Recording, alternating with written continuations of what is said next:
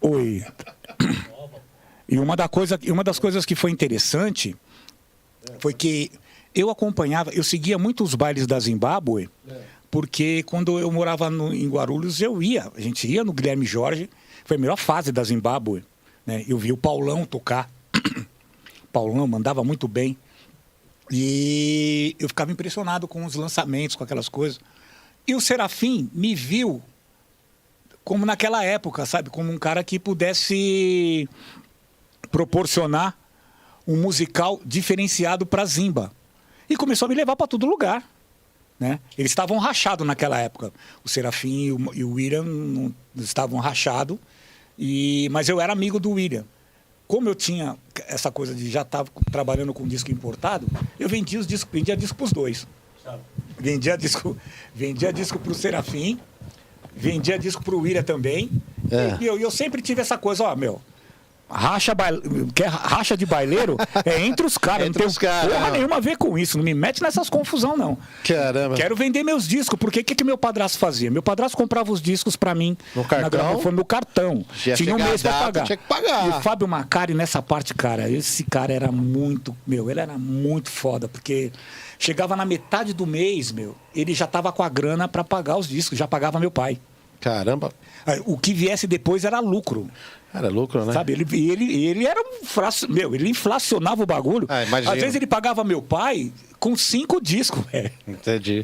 E ficava 20 discos lá pra gente vender. Sabe? Então, pô, era muito bacana. Era muito divertido. Fase boa pra caramba. Deixa eu mandar um alô aqui pro Robson do Clube da Bossa, tá na sintonia, história da Black Music da Master Ney. Velho Giba do Bem Brasil, boa noite. Robson, ele mandou aqui. Marcelo, manda um abraço aí pro Grandmaster Ney. Outro, Marcelo. Também aqui o Washington Lima, grande fininho do Parque Independência.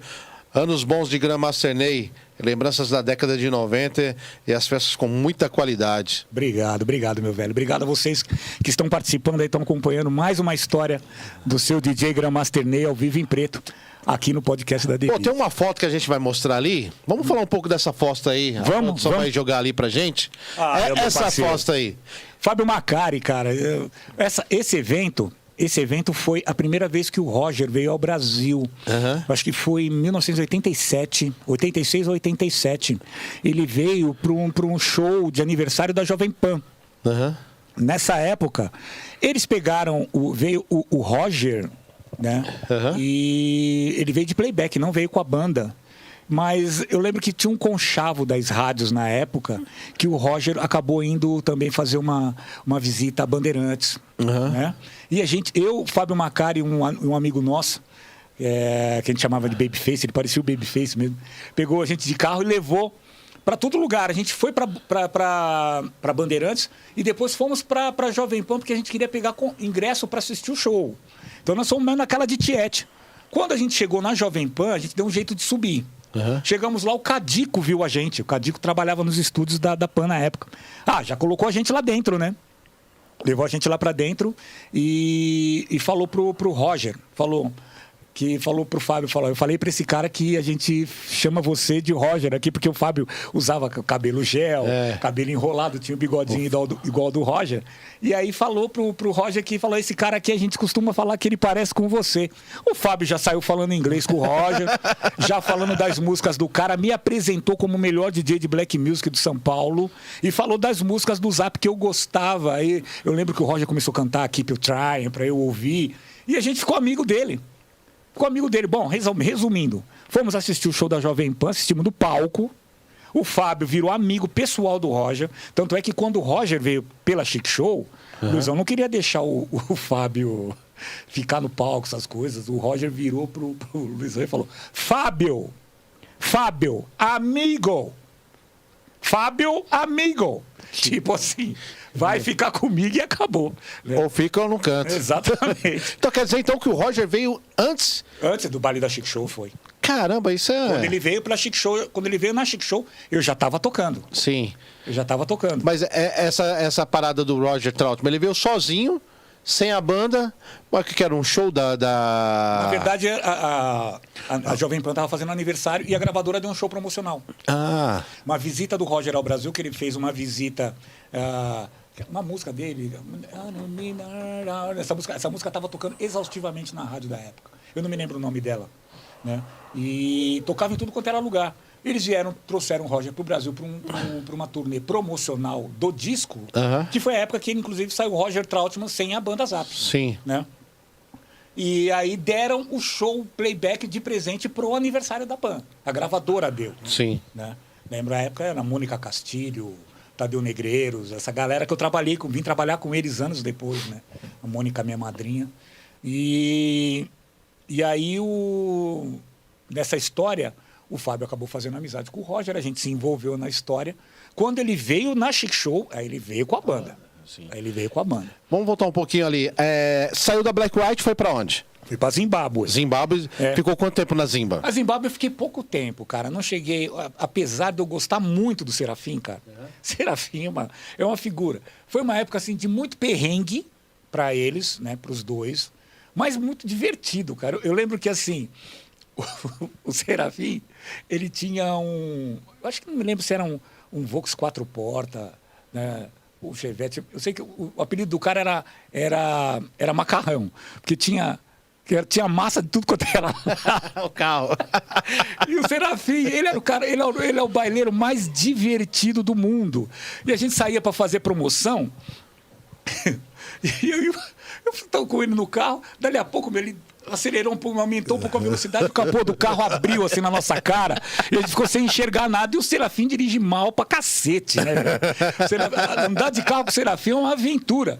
Aí eu falei, pô, Serafim, o que é isso? Ele falou, você não conhecia o Boca Nervosa?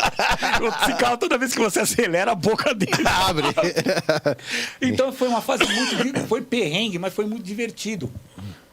Porque uma equipe de nome como a Zimbábue, apesar, eu fiz os melhores bailes com eles, os melhores bailes que eles fizeram na gestão Serafim e Mané, eu participei. Tanto é que eles conseguiram trazer o Tim Maia, levaram o Tim Maia para cantar no Brahma.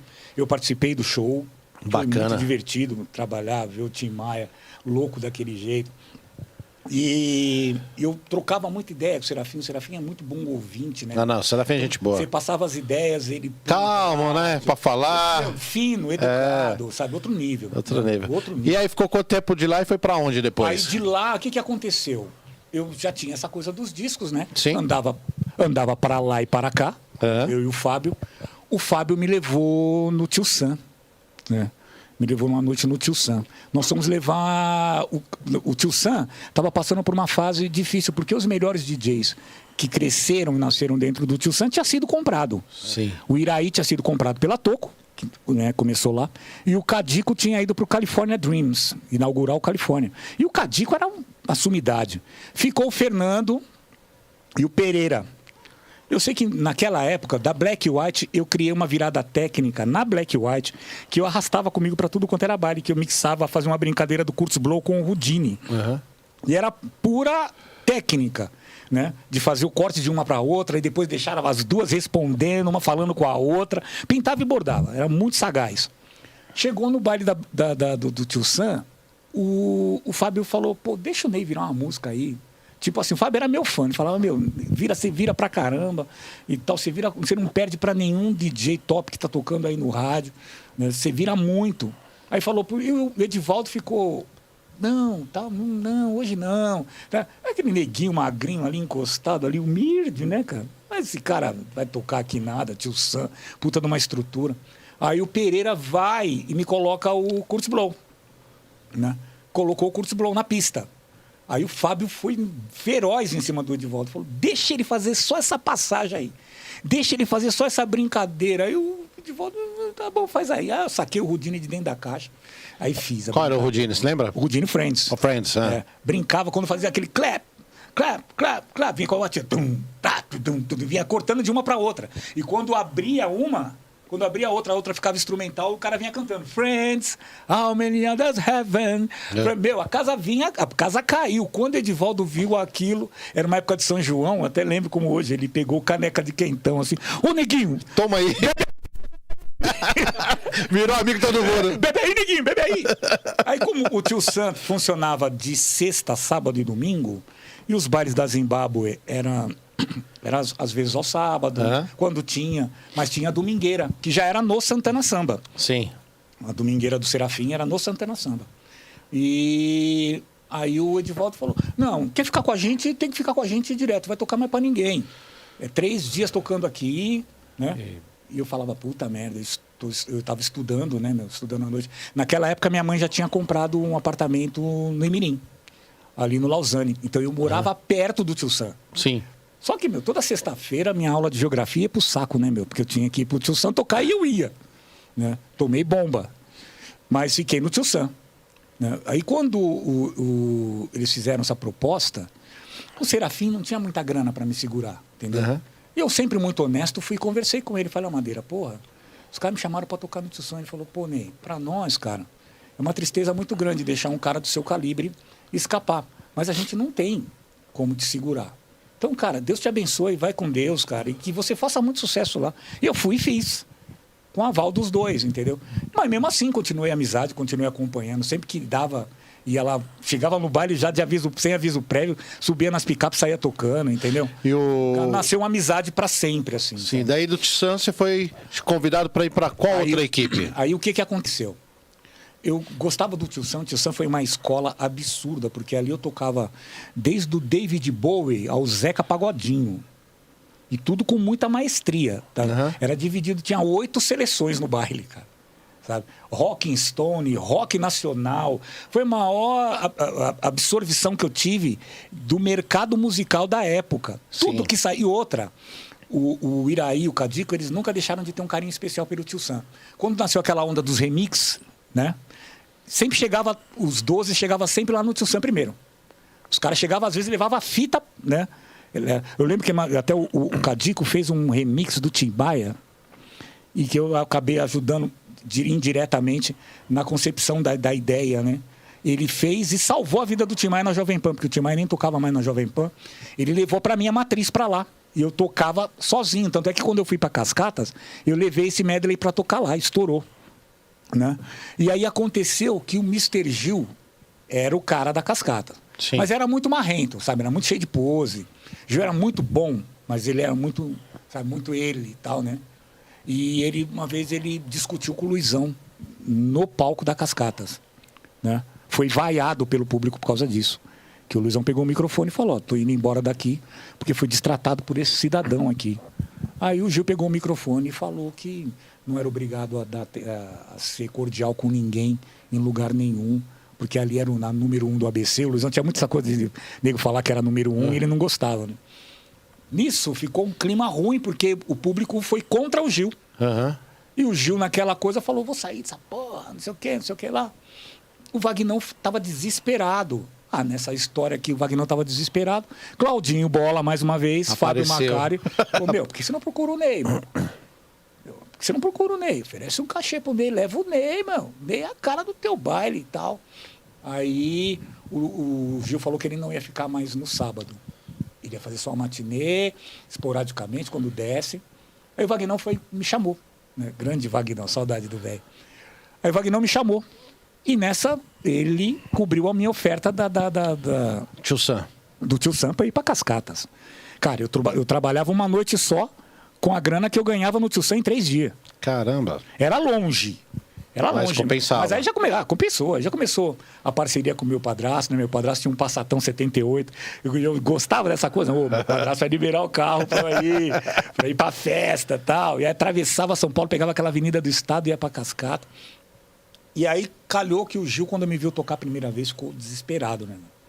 Falou, porra, meu, o cara veio, histórico de Black White. Ele sabia que eu tinha conhecimento, que eu tinha os discos na mão. Já tinha uma bagagem. Já tinha uma bagagem e outra. Chegava com os discos, né, mano? Um dos discos que eu vendi na Cascata logo que eu cheguei foi o James M. Tune, Time Up. Time Up. Cheguei com o disco embaixo do braço. Ó, Vagnão, compra aí. Mas isso é bom? Não me interessa, compra aí. Eu e Porquinho. Os caras já viu o Porquinho naquela época também tava voando, né? Já importando disco pra caramba. Aí comecei a tocar na Cascata. E isso, o Gil ficou meio assim. Aí o Gil encostou. Eu, muito humildemente, falei, encosta aí, vamos tocar, mano. Bora. Que passou, vai ficar com esse negócio na cabeça. O Luizão tem lá o baile dele, tá lá ganhando dinheiro dele, nosso bagulho é aqui. E o Gil, eu tenho muita essa coisa com o Silvinho, o DJ Silvinho. O Gil era um dos poucos caras que eu colocava no toca-disco da direita e eu aqui no da esquerda. Ele virava, era como se eu estivesse virando. Sabe quando o cara, nem sem aviso prévio, ele virava uma coisa, eu falava, puta, era isso que eu ia tocar. Aí eu idem, quando eu virava uma, ele falava, puta, essa daí veio na veia que eu ia tocar. E nasceu a parceria Grandmaster Ney e Mr. Gil, porque o Gil me apelidou de Grandmaster Ney. Ah, foi o Gil, então? Foi o Mr. Gil. Lá na Cascata que eu ganhei um apelido de Grandmaster Ney. Entendeu? Antes você usava o quê? Com o seu nome mesmo, de batismo, ou tinha outro apelido? Só Ney. DJ Ney. E na Cascatas eles tinham um negócio de querer ficar pondo codinome em DJ. Eu odiava esse negócio. Ah, Mr. Ney, Cut Master Ney. Eu falava, não. Os caras queriam vir nos gringos, né? Cada hora o Carlinhos vinha com uma ideia. Eu falava, não, meu, pelo amor de Deus, sai dessa friagem. Só que eu tinha um negócio que eu ficava, às vezes, tocando umas músicas e eu criei uma habilidade nova de querer ficar tocando músicas aleatórias em cima de bases de black. Que tinha música que era muito melodiosa, mas não dava para tocar no baile. Não tinha aquele peso dos black dos anos 80, né? Sim. Aquelas pegadas. Então eu pegava muito as bases todas do Grandmaster Flash e tocava um pagode em cima. Aí tocava uma lenta em cima. Pô, lembro que aquele Shake Your Down do Gregory Abbott. Pô, eu virava em cima do Grandmaster Flash The Message direto. E aí tudo que eu usava para usar de base em cima das músicas românticas ou qualquer outro segmento, eu usava Grandmaster Flash. Pode crer. E o Gil ficou, pô, mas você só usa... Só o Grandmaster Ney. Vai virar Grandmaster Ney. Ele ficou zoando. Tá aqui agora nos ficados o Grandmaster DJ e Grandmaster Ney, porque ele já era o Mr. Gil, né? Aí um dia eu desci do palco, fui dar um rolê, né? Nós tínhamos o nosso rolezinho aleatório, né? Que quando o Vagnão gostava de tocar as lentes. E tocava muito bem, né? Então, o momento que o Vagnão saía para tocar as lentes era o momento de dar o voo, né? Dar um rolê e tal, ver a mulherada, dançar, tirar uma onda. Eu desci, uma garota chegou pra mim e falou, você que é o DJ Grandmaster Ney? Eu falei, caramba, pegou a porra do apelido. E aí ficou, né? Grandmaster Ney, Grandmaster Ney, Grandmaster Ney. Passado um tempo, o Gil todo com aquela pompa, né? Meu, a gente fazia um baile memorável, cara. O baile da Cascata era uma coisa espetacular. Não perdia nada pra festa da Playboyzada, mas era black. Então tinha o horário da abertura, apagava tudo a luz, a puta iluminação, um puta som. Todos os discos na caixa, meu, e mais alguma coisa, entendeu? Então, aí ficou, o que aconteceu? O Gil retomou a parada e a gente começou a tocar sábado e domingo junto. Legal. Direto, os dois, né? Mr. Gil e Grandmaster Ney, Mr. Gil e Grandmaster Ney. Aí um belo dia a gente tava tocando, o Gil chegou pra mim e falou, mano, aconteceu uma parada aí, né? Tem um espião no baile. Como assim espião no baile? Espião? O Quitão da Chic Show tava aí no baile. Falei, é mesmo? Ele falou, meu, eu acho que eu vou receber uma proposta, o Gil falou, para sair. O que você acha? Falei, olha, não sei, né, cara, você tem que ver o seu lado aí, né? Você tem que ver seu lado. Na verdade, se ele vier com uma proposta boa, eu, sinceramente, eu falei, a gente é muito feliz aqui. Né? Se os caras seguram você e faz uma contra, né? Mas você tem que negociar. Achei que pá, né? Quando eu saí da Cascata, que eu cheguei em casa, tinham ligado em casa pro meu padrasto. Meu padrasto é amigo do Luizão, do Fião, né, de infância, do família, que morou no Pazini, né? O Luizão ligou para minha casa e o Luizão era muito amigo do meu padrasto e da minha mãe. O Luizão ligou, pediu para falar com a minha mãe e falou fala pro Grandmaster Ney, fala pro Ney marcar uma reunião comigo aqui no Clube da Cidade. Tem uma oportunidade para ele aí, não pode perder. Aquela coisa chique show. Ele não pode perder essa oportunidade, não pode perder essa chance. Aí eu falei, aí quando cheguei, meu padrasto falou, eu acharia legal você ir conversar, porque ele ligou aqui, né? Ele ligou aqui. Aí eu peguei e fui lá, né? Fui lá no Clube da Cidade na semana. Aí sentei para conversar com o Luizão. Luizão, pô, tem uma proposta para você. E aquela coisa de empresário, né, meu? Os caras ficavam atrás da porta lá no Clube da Cidade ouvindo as conversas, né, meu? E aí ele pegou um papelzinho, anotou o valor do que ele queria me pagar. Isso aqui é para você começar. Você vai ficar 3 meses visitando as festas sem tocar, mas ganhando. Como é que é? Cacete. Que depois de muito tempo eu fui entender qual que era a jogada, né? Eu saía da minha casa, quando eu não estava de carro, quando eu não ia com o carro do meu pai, eu reunia um grupo de amigos e eu fazia que nem eu fazia em Guarulhos. Eu saía de lá da minha casa, pegava um ônibus, descia na Estação da Luz, pegava o trem, né? Ia até a Estação do Oratório, da Estação do Oratório pegava um ônibus até a Cascata. Mas eu levava 30 neguinhos atrás de mim, meu. Eu lembro até que tem uma vez que eu cheguei na Cascata, eu tava com 35 pessoas. Aí falei pro Carlinhos, trouxe 35 pessoas, cara. Dá um jeito de liberar esses caras pra entrar. Carlinhos, 35 pessoas. Deu um choque no Carlinhos. 35 pessoas? Você tá pensando o quê? Falei, não vai deixar entrar? Não vou deixar entrar. E o Vagnão não tava na hora. O Vagnão fazia os trambiques lá, o Vagnão sempre, né, meu? Liberava. Aí eu falei, faz o seguinte, Carlinhos, eles podem não entrar. Se eles não entrarem, tudo bem. Eles não vão entrar. Eu vou voltar para trás, porque eu não vou deixar esses caras... Vou voltar com os caras, né? Vou voltar com os caras descredibilizado, porque você não deu essa oportunidade de os caras lá do Lausanne vir conhecer a sua festa no ABC e outra. Falei, porra, meu, larga, meu, os caras no mínimo vão tomar um Guaraná, aí o bar é teu, mano. Aí, pensou, só que quando eu bati o pé que eu falei que eu não ia ficar... Aí liberou todo mundo. Liberou todo mundo. Porra, aí, meu, chegou uma hora que eu chegava no Cascata, os caras já estavam lá.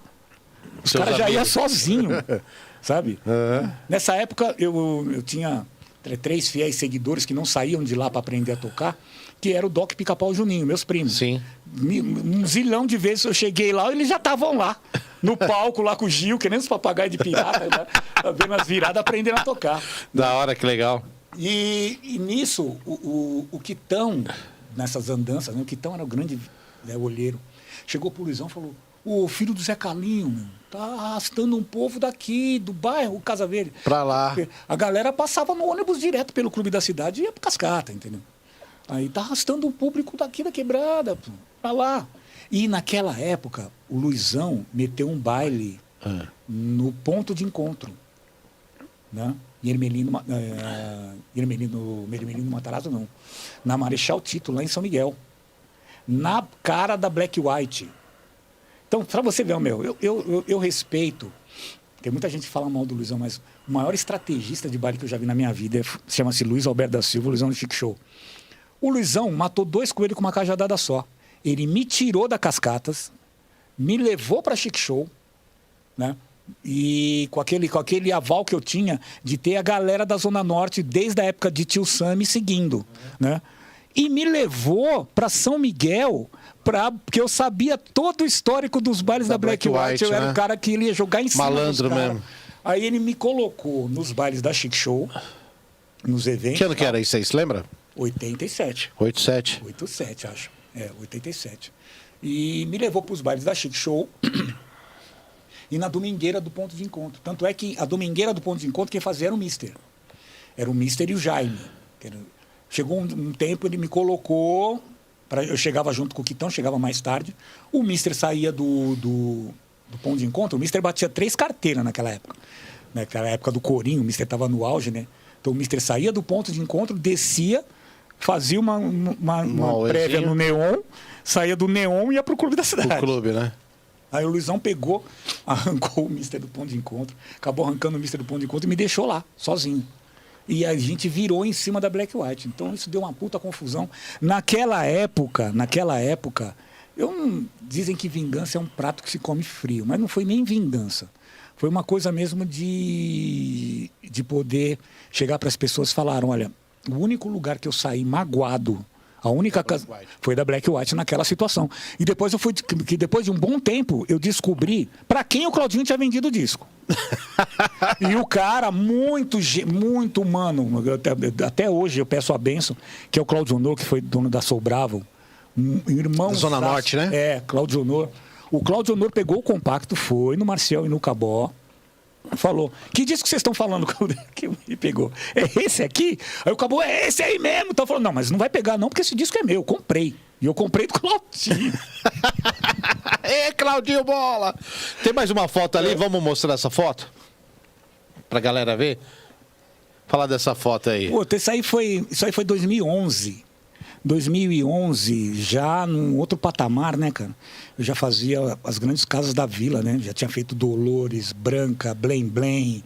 E teve um projeto que foi encabeçado, o time de DJs foi encabeçado pelo meu querido amigo DJ Magu. Magu.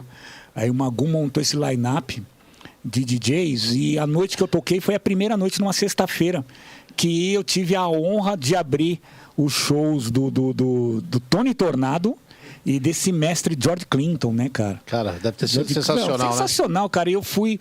Foi muito interessante que naquela época, uma amiga minha fazia uns bonecos de biscuit. Uhum. E ela vendia. Na cidade a gente comprava para ajudar. O KLJ comprou um monte, o Ajamu comprou. E na época, o primeiro boneco que ela fez para mim foi um James Brown. Eu pedi a ela, né? E eu falava, mas eu quero também um George Clinton.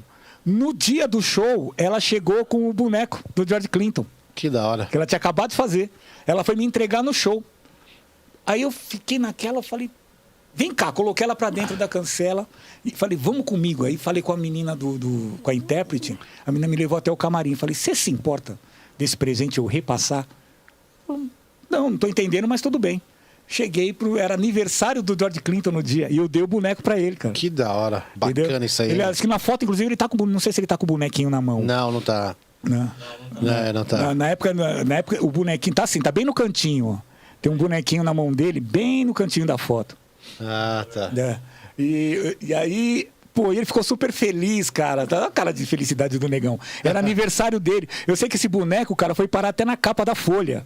Que bacana. No dia, e isso foi em 2011, o festival Black na Cena. Da hora. E vamos voltar lá ao assunto Chic Show. Aí você foi pro Chic Show. Aí fui pro Chic Show. E eu vou te falar uma coisa, Marcelo.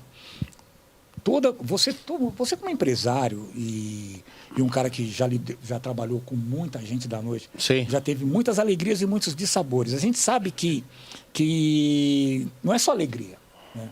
A gente tem muito bate-boca, tem muita confusão. Quando eu cheguei na Chic Show, que os caras falavam, pô, nunca existiu na história da Chic Show uma contratação, né? O Luizão comprar o passe de um cara, né? Sim. E para colocar na equipe dele. Todo mundo que trabalhou na Chic Show, que começou lá dentro e morreu lá dentro. Né?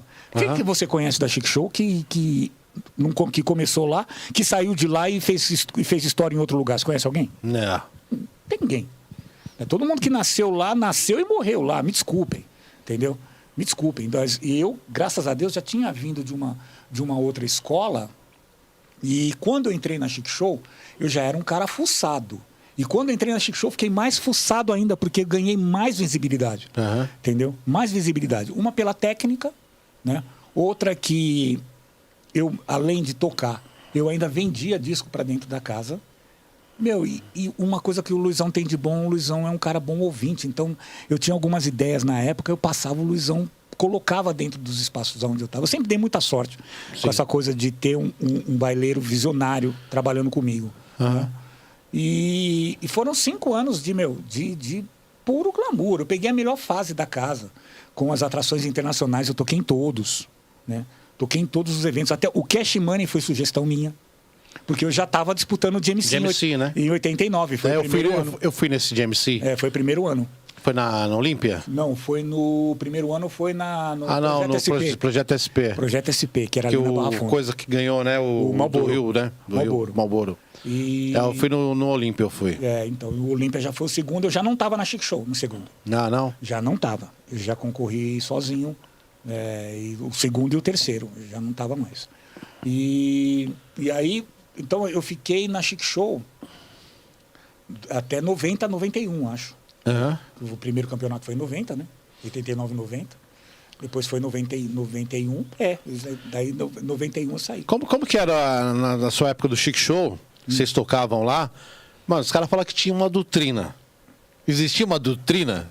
Tipo assim, vocês eram o número 1, certo? Chic Show número 1, que falava. Como que soava o nome do português lá pra vocês? Do Armando Martins? O português. Cara, como que era essa parada? Soava pra vocês o nome do Armando Martins dentro do Chic Show? Ele era o inimigo número 1, né? Ele era o inimigo número 1, porque, na verdade, eu acho que, assim, ao meu ver, né, tecnicamente falando, eu acho que a Black Mad fazia muito mais frente do que qualquer outra equipe. Exatamente, eu também acho que sim. O Maurício era um cara que era fuçado. O Maurício vendia muito disco pro Maurício. Você acredita que a Black Mad foi a única equipe que eu não trabalhei? Mas o Maurício é um dos meus melhores amigos. Né? É o cara que eu mais tenho amizade. O Maurício é quando eu passei a sair das equipes e que eu já tocava nos Jardins, eu recebia os discos do Porquinho lá de Miami. O Porquinho já não tinha mais a New Image, mas o Porquinho mandava os discos para eu vender aqui com batata. E o primeiro cara que eu ligava que ia na minha casa comprar era o Maurício. Que da hora. Vendi muito disco pro Maurício.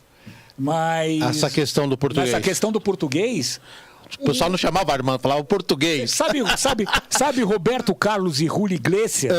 Era o show com a Circuit Paula.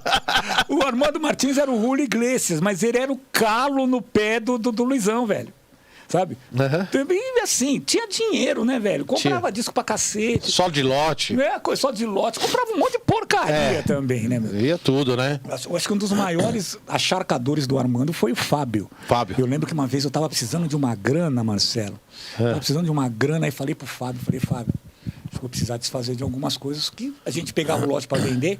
Eu sempre queria ficar com um disco pra mim, né? Então, pelo menos alguma coisa do lote que eu achava legal, eu ficava. Mas não durava muito tempo, né? Que daqui a pouco a situação apertava, tinha que vender. Só estava sobrevivendo de música. Eu fiquei, naquela época, eu estava com um 12 do Able. Da Lenta. Da Lenta. E aí eu falei, puta, vou ter que vender o Able. E naquela época eu estava precisando de uma grana. Eu sei que o Fábio vendeu o meu Able naquela época pro Armando por 800 paus. E me deu dinheiro. Cara... Nossa, eu não sabia se eu abraçava, se eu beijava. Mas eu fiquei, por outro lado, eu fiquei com dó. Falei, caramba, o Armando pagou 800 pau nesse disco. Porque o Chic Show foi a primeira a tocar o Able e ninguém tinha. Foi que nem a história do Fábio com o Enchantment, né? Sim. Fábio, quantos anos o Fábio tinha o Enchantment guardado na casa dele? Ele levava nos bailes dos caras para tocar, mas ele não vendia e ninguém conseguia descer. Tanto é que a primeira vez que desceu o Enchantment foi porque o Fábio foi lá e deu o número, até o número do código de barra de cabeça, ele deu. Então, e aí me diz, o que rolava? Quando aí, falava de português no baile, não podia... na coisa... Porque parecia que vocês... A gente fala português, pessoal, porque é o Armando Martins, como era chamado dentro do Chic Show. Dentro do baile, dentro dos bailes. Dentro do português, português. Até pelo aquele jeito dele de falar, né? Isso. E, tipo assim, o que eu quero saber, eu vou lá naquela câmera lá, o que o Armando tocava, vocês não queriam tocar? Não é que não tinha isso. É que, na verdade... Vocês não queriam fazer, tipo assim... Não. Ele tocou aquela música, nós não vai tocar. Mas nós temos, mas a gente tem o disco, mas a gente não vai querer tocar. Não é isso não. Porque eu acho que assim... Eu, sinceramente, posso falar com propriedade.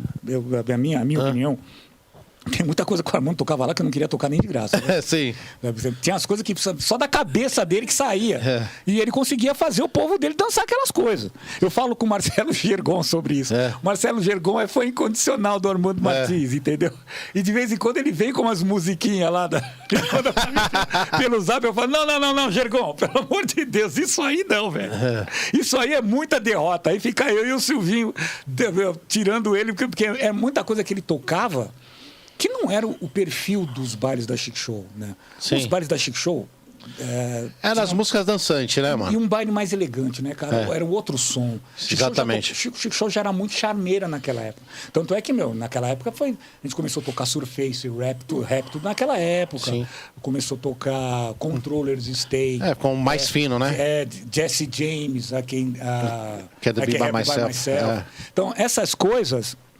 foram naqueles anos, final dos anos 80 para os 90. A Chic Show se rendeu pelo mercado, pelo crescimento do mercado, ao hip hop e ao rap. O rap quando saiu, né? Por livre e espontânea pressão, porque não teve jeito.